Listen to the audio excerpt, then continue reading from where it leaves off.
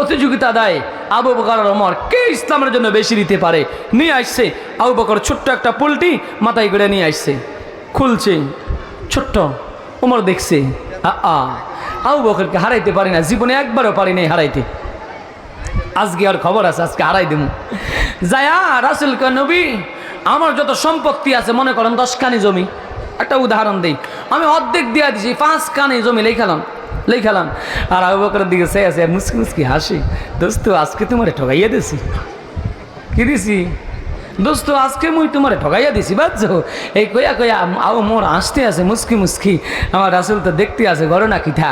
এবার খুলছে ওমরের সামনে, ও মা ঘরের লোটাটা পর্যন্ত লই আইছে, চামিচটা পর্যন্ত লই আইছে, সুইটা পর্যন্ত লই আইছে, লবণের বাটিটা পর্যন্ত লই আইছে, ঘরের ঝাড়ুটা পর্যন্ত লই আইছে। খুইলা কয় আবু বকর এই সবগুলা দিয়ে নিয়ে আইসো, ঘরে কি রাইখা আইসো?